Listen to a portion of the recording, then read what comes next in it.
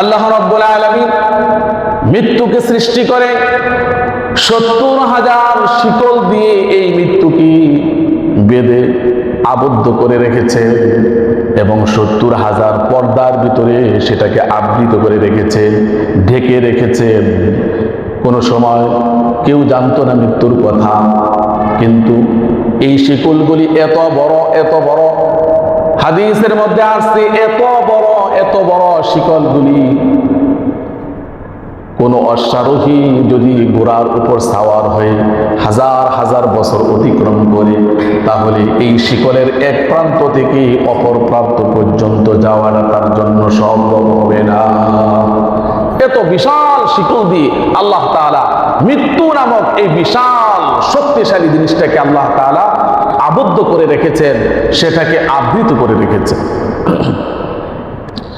ফেরেশতারা মৃত্যু সম্পর্কে কিছুই জানতো না, কিন্তু তারা প্রায় সময় ওই শিকলগুলির আওয়াজ শুনতো। আল্লাহ রাব্বুল আলামিনকে জিজ্ঞাসা করতেন, রব্বুল আলামিন এগুলি কিসের আওয়াজ? আল্লাহ রাব্বুল আলামিন বললেন, এগুলি মৃত্যুর আওয়াজ। মৃত্যুকে আমি শিকল দ্বারা বেঁধে রেখেছি, আবৃত করে রেখেছি, শিকল দ্বারা আবদ্ধ করে রেখেছি। ফেরেশতারা বললেন, রব্বুল আলামিন মৃত্যু আবার কি জিনিস? এটা তো আমাদের জানা নাই।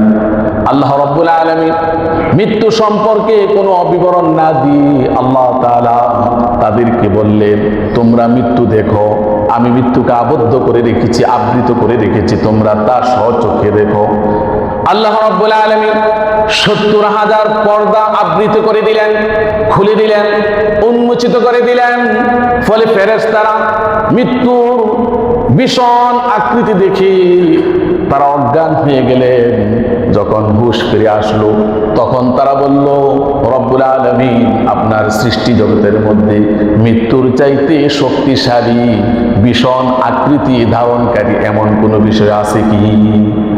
আল্লাহ রাব্বুল আলামিন বললেন, আমার সৃষ্টি জগতের মধ্যে, আমার সৃষ্টির মধ্যে মৃত্যুর চাইতে এত বিশাল কোনো কিছু আমি সৃষ্টি করি না।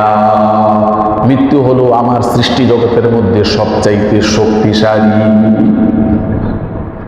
তারপর আল্লাহ রাব্বুল আলামিন আজরাইলকে রাখলেন, আজরাইল আমি এই মৃত্যুর উপর তোমাকে শক্তি দিতে চাই, তোমাকে ক্ষমতা দিতে চাই, তোমাকে ক্ষমতা প্রদান করতে চাই। আজরাইল বললেন, রব্বুল আলামিন এত বিশাল শক্তিশালী জিনিসটি আমি কিভাবে সহজে আয়ত্ত করব? আমি তো পারবো না, আমি হয়তো এক ধারণ করতে পারবো না, আয়ত্ত নিতে পারবো না। আল্লাহ রাব্বুল আলামিন বললেন, আমি তোমাকে এমন শক্তি দিব তুমি সহজে সেটাকে আয়ত্ত করতে পারবে। হযরত জিবরাইল দায়িত্ব নেওয়ার জন্য রাজি হয়ে গেলেন। সেদিন থেকে হযরতে আজরাইলের নাম হয়ে যায় মালাকুল মাউত। সুবহানাল্লাহ। ওই দিন থেকে হযরতে আজরাইলের নাম হয়ে যায় মালাকুল মাউত, মৃত্যুর ফেরেশতা। আল্লাহ নবী বলেছেন, আল্লাহ রাব্বুল আলামিন হযরতে আদম আলাইহিস সালাতু ওয়াস সালামের দেহ সৃষ্টি করার জন্য ফেরেশতাদেরকে বললেন, বড় বড় ফেরেশতাদেরকে বললেন, যাও তোমরা, আমি আদম সৃষ্টি করব মাটি দিয়ে, তোমরা মাটি নিয়ে আসো, মাটি নিয়ে আসো। সর্বপ্রথমে হযরত ইসরাফিল আলাইহিস সালাতু ওয়াস সালাম গেলেন। হযরত ইসরাফিল যখন মাটির মধ্যে হাত রেখে মাটি নেওয়ার জন্য তিনি চেষ্টা করলেন, ইচ্ছা করলেন, তখন মাটি আল্লাহর দোহাই দিয়ে বলল, আল্লাহ রাব্বুল আলামিন আমাকে দিয়ে আদম সৃষ্টি করবেন, হয়তো অদূর ভবিষ্যতে এই আদম সন্তান আল্লাহর ইবাদত বলে আমার পূজা করবে, আমাকে দিয়ে পূজা করবে। ফলে ওয়াকুদুহান নাস ওয়াল হিজারা, আমি জাহান্নামের ইন্ধন হয়ে যাব। অতএব আল্লাহর দোহাই দিয়ে বলছি, তুমি আমাকে নিও না। হযরত ইসরাফিল আলাইহিস সালাতু ওয়াস সালাম মাটির এই কাকুতি মিনতি শুনে তিনি চলে গেলেন, শূন্য হাতে চলে গেলেন, কোনো কিছুই নিলেন না। তারপর আল্লাহ রাব্বুল আলামিন হযরত মিকাইলকে পাঠালেন, তারপর জিবরাইলকে পাঠালেন। মিকাইল এবং জিবরাইল যখন মাটির মধ্যে হাত রাখলেন, ঠিক অনুরূপভাবে মাটি আকুতি মিনতি শুরু করল। ফলে তারাও শূন্য হাতে ফিরে গেলেন। তারপর আল্লাহ রাব্বুল আলামিন হযরতে আজরাইলকে প্রেরণ করলেন। হযরতে আজরাইল যখন মাটি নেওয়ার জন্য মাটির মধ্যে হাত রাখলেন, মাটি আল্লাহর দোহাই দিয়ে বলল, তোমাকে আল্লাহর দোহাই দিয়ে বলি তুমি আমাকে নেও না।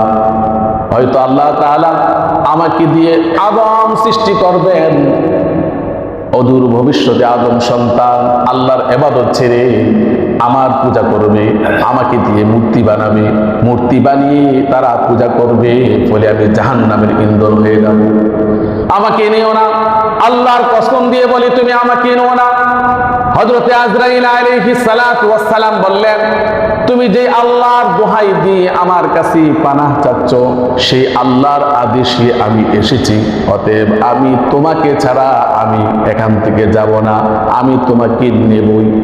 হযরতে আজরাইল আলাইহিস সালাতু ওয়াস সালাম মাটি নিলেন, মাটি নিয়ে সেখানে আল্লাহর কাছে উপস্থিত হলেন। আল্লাহ রাব্বুল আলামিন তার সাহসিকতা দেখি তার কাজের প্রতি সন্তুষ্ট হয়ে মানুষের রূহ কবজ করার জন্য তাকে দায়িত্ব দিয়ে দিলেন। সুবহানাল্লাহ। আইনামা তাকুনু ইউদরিকুমুল মাউত ওয়ালাউ কুনতুম ফি বুরুজিন মুশাইয়াদা। আল্লাহ তাআলা বলেন, তোমরা যেথায় থাকো না কেন সেথায় মৃত্যু তোমাদেরকে ধরবে। ওয়ালাউ কুনতুম ফি বুরুজিন মুশাইয়াদা, তোমরা যদি সুদূর প্রাচীরের মধ্যে থাকো সেখানেও মৃত্যু তোমাকে ধরবে, মৃত্যুর হাত থেকে কেউ রেহাই পাবে না। মরণ থেকে পালাও তুমি, মরণ তোমায় লইবে ঘিরি, যদিও সুদূর আকাশ পানে পালাও সেটাই লাগিয়েছি। এই মহারোগের ঔষধ নাই, এই মহারোগের চিকিৎসক নাই, না আছে ঔষধ এই জগতে, খুঁজিয়া কাতর হইলে কি হবে, পারিবে না তাকে ফিরাতে কেউ।